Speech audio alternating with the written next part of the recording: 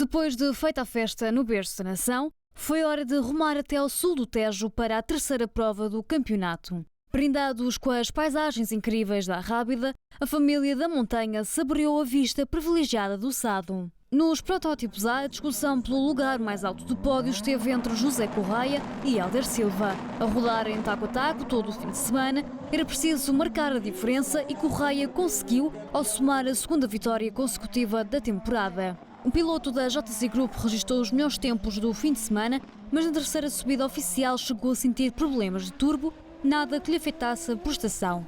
Ficou em primeiro dos absolutos e dos protótipos A. Na última subida, o carro pegou-me ali uma partida, não sei se foi longe de controle, se foi o turbo que foi ao ar, e não consegui baixar mais tempos, mas já tinha garantido as duas subidas anteriores que me manteve em primeiro lugar e tive sorte.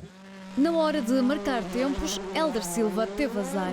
Ao tentar ser o mais rápido, o piloto fez um peão e não conseguiu concluir a subida.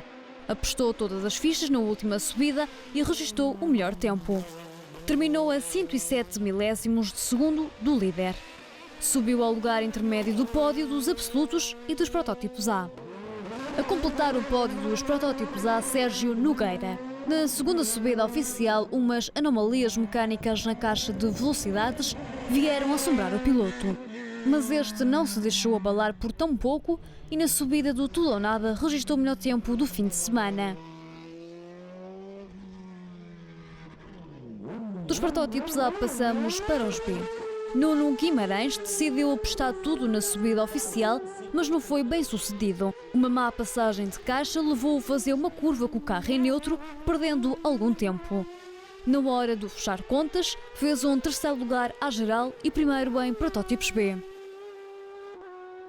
No warm-up, Joaquim Rino sentiu o carro a derrapar muito devido ao piso molhado. E na primeira subida de treinos partiu o cabo do acelerador, mas nada que não fosse reparado a tempo das subidas oficiais. Depois, o piloto foi sempre rodando mais rápido. Terminou no segundo lugar nos protótipos B.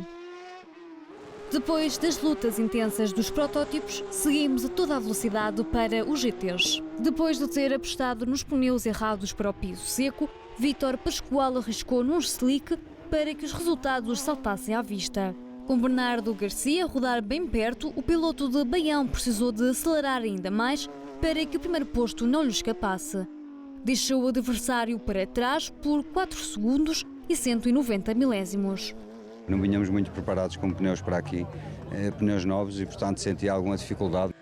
Bernardo Garcia veio trazer o toque internacional à Rábida. No primeiro dia sentiu algumas dificuldades, já que não tinha levado pneus adequados para o piso molhado. Com a pista seca mostrou que valia rampa acima. No fecho de contas fez os melhores tempos na primeira e segunda subida oficial.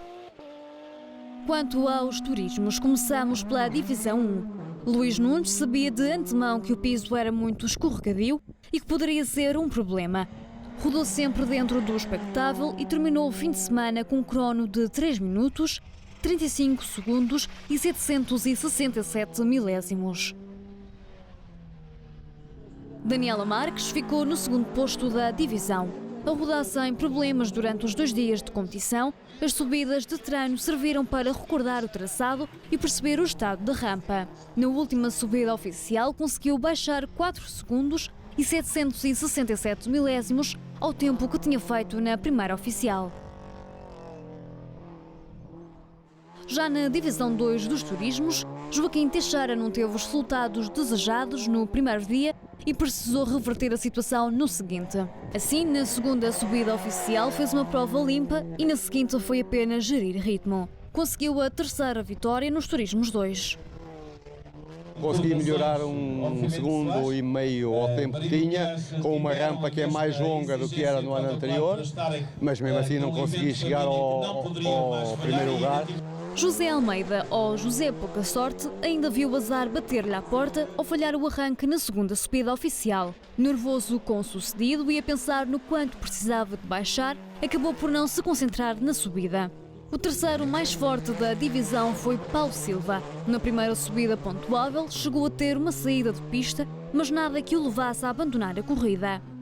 E na divisão 3 dos turismos, Bruno Carvalho conquistou a primeira vitória da temporada. No primeiro dia achou a rampa muito escorregadia, não dando hipótese para testar tudo ao limite. No seguinte, já com o piso mais seco, foi limando os resultados, conseguindo nas duas primeiras subidas conquistar o primeiro lugar da divisão. Parcídio Submanviel rodou ao máximo e fez tudo o que estava ao seu alcance para ultrapassar o rival, mas ficou a 3 segundos e 409 milésimos. Na segunda subida de treinos, o piloto aproveitou para testar pormenores como a pressão dos pneus ou se devia ou não soltar mais o carro, testes essenciais para que nas últimas duas subidas fosse bem sucedido. Gonçalo Inácio também marcou presença na rampa em que se estreou há 20 anos. A festejar 2 décadas de carreira, o piloto fez questão de alinhar na rápida aos comandos de um Honda Civic. Sabendo que não conseguia lutar com os adversários de frente, limitou-se a garantir o terceiro posto. Nos Legends, Luís Silva enfrentou alguns problemas. No primeiro dia de competição, o display da caixa de velocidades não permitia ver em que mudança rodava. Para além disso, teve um pequeno deslize na primeira subida oficial e na segunda o arranque não foi o melhor. Carlos Oliveira ficou em segundo. Uma prova nada fácil para o piloto, que sentiu que o Ford Sierra não estava nos melhores dias. João Macedo garantiu o último lugar do pódio. Sempre muito confiante e seguro do seu BMW, fez uma boa prova, mas não conseguiu o objetivo traçado. Os olhos estavam postos no segundo lugar, mas acabou por ficar para trás por meio segundo. Quanto aos clássicos, Mário Silva voltou a atormentar a vida dos adversários. Conseguiu espremer todo o potencial do pós-carreira e ser o mais rápido em cada subida. O piloto marcou os melhores tempos nas duas últimas subidas oficiais e assumiu a liderança da categoria todo o fim de semana. Foi sempre aperfeiçoando, sempre controlando a situação, teve sendo controlada desde o princípio, portanto, o carro é bom, tenho que dar os parabéns ao carro também, que me ajudou muito.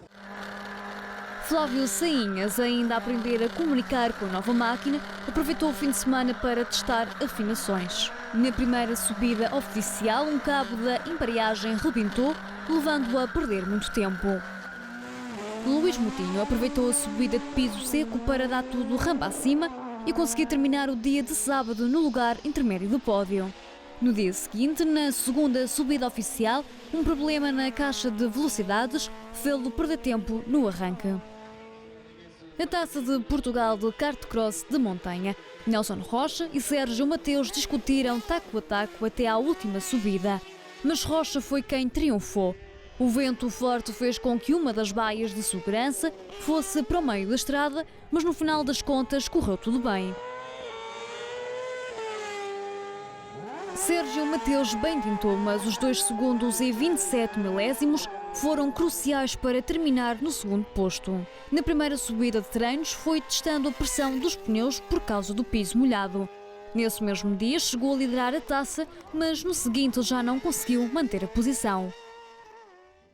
Seguimos agora para o Campeonato de Portugal de Montanha 1300 com a divisão Modernos. Armando Freitas mostrou que se adapta muito bem a qualquer troço, basta aquecer um pouco os pneus. A sorte esteve com ele e nas 3 subidas oficiais conseguiu sempre atacar, deixando o adversário que corria em casa a largos segundos. Eva Laranjeira conseguiu o objetivo que tinha traçado, conquistar um dos lugares do pódio. A rodar sempre bem, conseguiu descer os resultados subida após subida. Esta rampa serviu de treino para Rita Matos. Entrou cautelosa nas primeiras subidas do primeiro dia para depois atacar na hora H. Conseguiu baixar cerca de 8 segundos ao primeiro tempo registado. Nos clássicos, Daniel Rolo foi o grande vencedor. Na primeira subida oficial fez uma prestação interessante, conseguindo até melhorar o tempo em relação à época passada. Já a segunda não lhe correu de feição. Os erros cometidos ao longo da subida fizeram-no ter de dar tudo por tudo na subida final. O Armando fez uma vida um bocado difícil. Nesta segunda subida oficial ele fez muito bom tempo. E esta terceira tive mesmo que fazer o máximo de esforço possível para conseguir obter a vitória. José Pedro Figueiredo bem tentou dar o melhor, mas a chuva não ajudou. Aproveitou para dar tudo nas subidas de piso seco e posicionar-se na segunda posição. A caravana da montanha regressa agora ao norte, a 6, 7 e 8 de maio, para a Rampa Internacional da Valperra.